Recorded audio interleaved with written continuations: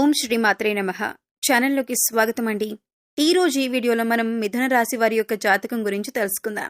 వీరి జీవితానికి సంబంధించిన ముఖ్యమైన అంశాలేంటి, అలాగే ముఖ్యంగా 2025వ సంవత్సరం ఆగస్టు 24వ తేదీ ఆదివారం మిథున రాశి వారికి ఏ విధంగా ఉంటుంది అనే అంశాల గురించి తెలుసుకుందాం. అయితే ముఖ్యంగా ఆగస్టు 24వ తేదీ ఆదివారం ఈ రాశి వారితో విధి వింత నాటకం ఆడబోతుంది. జాగ్రత్తగా ఉండండి. అయితే ఎటువంటి పరిస్థితులు మీకు ఎదురు కాబోతున్నాయి, ఎందుకు మీ పట్ల విధి వింత నాటకం ఆడబోతుంది, అలాగే ఏ అంశాలు మీకు అనుకూలంగా, ఏ అంశాలు మీకు ప్రతికూలంగా కనిపిస్తున్నాయి, ప్రతికూలతలు అనుకూలంగా మార్చుకోవటానికి ఈ రాశి వ్యక్తులు చేయవలసినటువంటి దేవతారాధన గురించి పూర్తి అంశాలన్నీ కూడా ఈ రోజు ఈ వీడియోలో వివరంగా తెలుసుకుందాం. అయితే మీరు కనుక మన ఛానల్ని ఇప్పటివరకు సబ్స్క్రైబ్ చేసుకోకపోతే సబ్స్క్రైబ్ చేసుకొని పక్కనే ఉన్న బెల్ ఐకాన్ నొక్కి ఆల్ సెలెక్ట్ చేసుకుంటే మేము ఇలాంటి వీడియోస్ అప్లోడ్ చేయగానే ముందుగా మీకు నోటిఫికేషన్ వస్తుంది. మీకు ఈ వీడియో నచ్చితే లైక్ చేసి షేర్ చేయడం మాత్రం మర్చిపోకండి. అలాగే వీడియోని ఎక్కడా కూడా స్కిప్ చేయకుండా చివరి వరకు చూస్తేనే మేమేం చెబుతున్నామో మీకు పూర్తిగా అర్థమవుతుంది. ఇక వివరాల్లోకి వెళ్ళిపోతే ముందుగా వీరి యొక్క వ్యక్తిత్వాన్ని మనం గమనిస్తే కనుక ఈ రాశివారు చాలా మంచి మనస్తత్వాన్ని కలిగి ఉంటారు. అందరినీ ఆకర్షించే మనస్తత్వం వీరికి ఉంటుంది. అంటే ప్రజాకర్షణ స్వభావం వీరిలో ఉంటుంది. ప్రజాకర్షణకి సంబంధించినటువంటి వృత్తి, ఉద్యోగ, విద్య, వ్యాపార వ్యాపకాలలో బాగా రాణిస్తారు. అందరితో చాలా కలుపుకొని పోయే తత్వాన్ని ఈ రాశి వ్యక్తులు కలిగి ఉంటారు. ఈ విధమైన మనస్తత్వం కారణంగా 10 మందిలో కలిసి తిరుగుతూ ఉంటారు. ఈ విధంగా 10 మందిలో కలిసి తిరగటం మూలంగా కొత్త కొత్త విషయాలు వీరికి తెలుస్తాయి. అయినప్పటికీ ఆ తెలిసిన విషయాలు వెంటనే ఆచరణలో పెట్టకుండా మంచి చెడులను అంటే ఫలితాలను బేరీజు వేసుకొని వాటిని అమలు చేస్తూ ఉంటారు. అలాగే రొటీన్ గా అందరూ చేసే వ్యాపారం కాకుండా ఏదైనా కొత్తగా చేయాలి అనే తపన కూడా ఈ రాశి వారిలో అధికంగా కనిపిస్తూ ఉంటుంది. ఈ తపన కారణంగా వీరు కొత్త కొత్త వ్యాపారాల వైపు మొగ్గు చూపిస్తూ ఉంటారు. విభిన్నమైన విచిత్రమైన ఆలోచనలు కూడా చేస్తూ ఉంటారు. అంతేకాదు కొన్ని సందర్భాలలో వాటిని అమలు చేసి ఆర్థికంగా లాభపడతారు. తరతరాలుగా వస్తున్నటువంటి తాతల నాటి ఆస్తులను నిలబెట్టడానికి ఎక్కువగా కృషి చేస్తూ ఉంటారు. ప్రేమకు ఎంత ప్రాధాన్యతనిస్తారో స్నేహానికి కూడా అంతే ప్రాధాన్యతనిస్తారు. ముఖ్యంగా వీరిలో చాలా మందికి ప్రేమ వివాహం జరుగుతుంది. అందుకే దంపతులిద్దరూ కూడా ఒకరినొకరు పూర్తి స్థాయిలో అర్థం చేసుకొని వారి యొక్క జీవితాన్ని ఆనందంగా గడపగలుగుతారు. సమస్యలు వచ్చినా కానీ వాటిని పరిష్కరించుకునే శక్తి సామర్థ్యాలు కూడా వీరికి ఉంటాయి. అలాగే స్నేహితుల పట్ల కూడా అంతులేని అభిమానాన్ని కలిగి ఉంటారు. స్నేహితులు కష్టాల్లో ఉన్నప్పుడు కేవలం సలహాలు మాత్రమే కాకుండా అవసరమైతే ఆర్థిక సహాయం చేస్తారు. అలాగే ఈ రాశి వారు పరిస్థితులకు తగ్గట్లుగా చురుకుగా వ్యవహరించే స్వభావాన్ని కూడా అధికంగా కలిగి ఉంటారు. అలాగే పెద్దల పట్ల భక్తి శ్రద్ధలు అధికంగా చూపిస్తారు. వారి పట్ల గౌరవ మర్యాదలు కలిగి ఉంటారు. ఆధ్యాత్మిక కార్యక్రమాల్లో కూడా ఎక్కువగా పాల్గొంటారు. వీరికి కలిసి వచ్చే రంగు పసుపు. ఈ రంగు వస్త్రాలు ధరిస్తే మానసికంగా కూడా శాంతి చేకూరుతుంది. ఈ రంగు లాగానే మీ జీవితం కూడా 10 కాలాల పాటు పచ్చగా సాగుతుంది. ఈ రాశి వారిని ప్రేమించే వారి సంఖ్య కూడా అధికంగానే ఉంటుంది. వీరి మాట తీరు, పనిచేసే నైపుణ్యం, అలాగే ఇతరుల పట్ల గౌరవ భావం, ఇంకా స్నేహితుల పట్ల ప్రేమాభిమానాలు కలిగి ఉండటం, ఇటువంటి ప్రత్యేకమైన లక్షణాల కారణంగా అందరూ వీరికి ఆకర్షితులవుతారు. అందరూ వీరిని అభిమానిస్తారు. వీరి విశాలమైన భావాలు, సాంప్రదాయబద్ధమైన ఆలోచనలు అందరికీ నచ్చుతాయి. అందుకే ఎక్కువగా ప్రజలందరూ ఆకర్షితులవుతూ ఉంటారు. ఇక ముఖ్యమైన విషయంలోకి వచ్చినట్లయితే కనుక ఈ 2025వ సంవత్సరం ఆగస్టు 24వ తేదీ ఆదివారం వీరి యొక్క ఫలితాలు చూసినట్లయితే కనుక విధి వింత నాటకం ఆడబోతుందని చెప్పొచ్చు. అంటే మీరు ఎక్స్పెక్ట్ చేయని, ఊహించని ఒక ఆరోపణను మీరు జీవితంలో ఎదుర్కోవలసి వస్తుంది. అసలు అటువంటి ఆరోపణ మీ పైన వస్తుందని మీరు కలలో కూడా ఊహించి ఉంటారు. అటువంటి ఒక ఆరోపణ, ఒక రకంగా చెప్పాలంటే ఒక అంశానికి సంబంధించి ఒక నిందను మీరు మోయవలసి వస్తుంది. ఈ విషయంలో చాలా జాగ్రత్తగా ఉండాలి.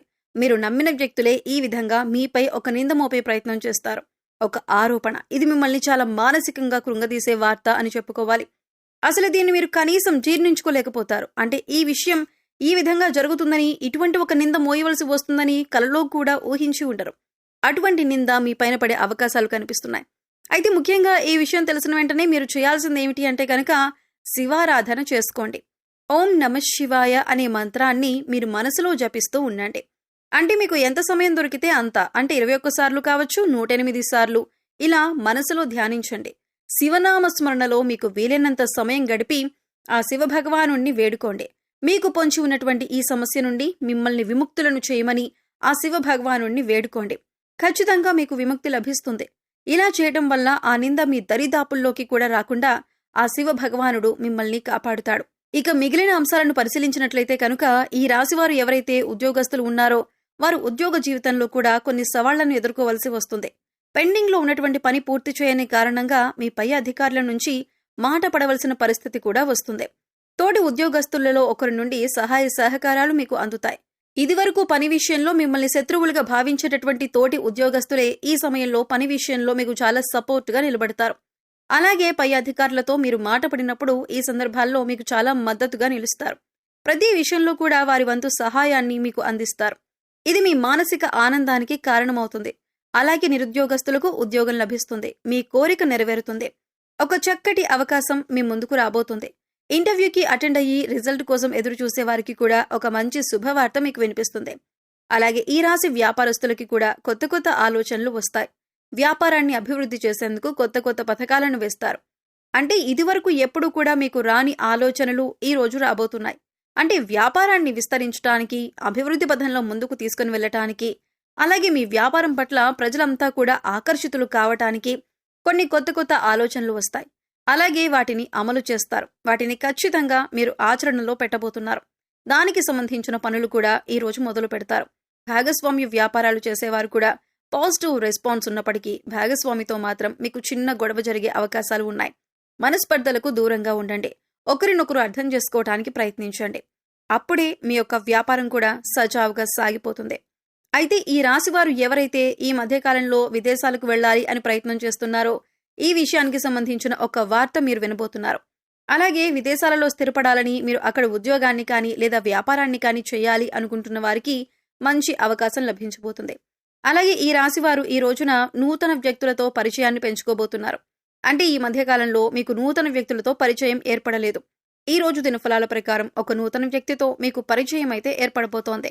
వారి వల్ల మీ జీవితంలో ఒక ఊహించని మార్పును కూడా మీరు చూడబోతున్నారని చెప్పుకోవాలి. ఈ విధంగా కొన్ని కీలకమైన సంఘటనలు ఈ రాశివారి ఫలితాల్లో కనిపిస్తున్నాయి. కానీ మీరు ఒక నింద మోయవలసి వస్తుంది. కాబట్టి శివ భగవానుణ్ణి మనసులో తలుచుకొని మీ బాధను చెప్పుకుంటే ఆ నింద మీ పైన పడకుండా ఆ శివ భగవానుడే కాపాడుతాడు. అలాగే మీకు కలిగే ప్రతికూలతలన్నీ అనుకూలంగా మార్చుకోవటానికి ఈ రాశివారు శివారాధనతో పాటు విష్ణు ఆరాధన కూడా చేయాలి. విష్ణు సహస్రనామ పారాయణం చేయడం ద్వారా అత్యద్భుతమైన ఫలితాలైతే మీరు చూస్తారు. ఆర్థిక పురోగతి కోసం ఆ శ్రీ మహావిష్ణువుని అలాగే లక్ష్మీదేవిని నిత్యం ధూపదీప నైవేద్యాలతో ఆరాధించండి. చక్కటి శుభప్రదమైన ఫలితాలైతే మీరు ఖచ్చితంగా పొందుతారు. అలాగే హనుమాన్ చాలీసా ప్రతిరోజు చదువుకోవటం వల్ల శుభ ఫలితాలు పొందుతారు. శ్రీరామచంద్రమూర్తిని, సీతా అమ్మవారిని భక్తి శ్రద్ధలతో ఆరాధించండి. శుభప్రదమైన ఫలితాలు చూస్తారు. అలాగే ఈ రాశివారు మీ శక్తి మేరకు దాన ధర్మాలు చేయడం వల్ల కూడా మంచి ఫలితాలను పొందుతారు. అలాగే మూగజీవాలకు తాగటానికి నీరు, తినటానికి ఆహారాన్ని ఏర్పాటు చేయండి. ఇలా చేయటం వల్ల గత జన్మలో మీరు చేసిన పాపకర్మల యొక్క దుష్ఫలితాలు తొలగిపోతాయి. సో చూశారు కదండి, మిథున రాశివారు ఆగస్టు 24వ తేదీ ఆదివారం ఏ విధమైన ఫలితాలు అందుకోబోతున్నారు, ఏ దేవతారాధన చేసుకోవాలి అనే అంశాలను ఈ వీడియోలో వివరంగా తెలుసుకున్నాం కదా. వీడియో నచ్చితే లైక్ చేయండి. మీ ఫ్రెండ్స్ అండ్ ఫ్యామిలీ మెంబర్స్ లో మిథున రాశి వారు ఉంటే వారితో ఈ వీడియోని షేర్ చేసుకోండి. అలాగే ఇప్పటి వరకు మన ఛానల్ని సబ్స్క్రైబ్ చేసుకోకపోతే సబ్స్క్రైబ్ చేసుకొని పక్కనే ఉన్న బెల్ ఐకాన్ నొక్కి ఆల్ సెలెక్ట్ చేసుకుంటే మేము ఇలాంటి వీడియోస్ అప్లోడ్ చేయగానే ముందుగా మీకు నోటిఫికేషన్ వస్తుంది. మరో చక్కటి వీడియోతో మళ్ళీ కలుద్దామండి. ఓం శ్రీ మాత్రే నమః.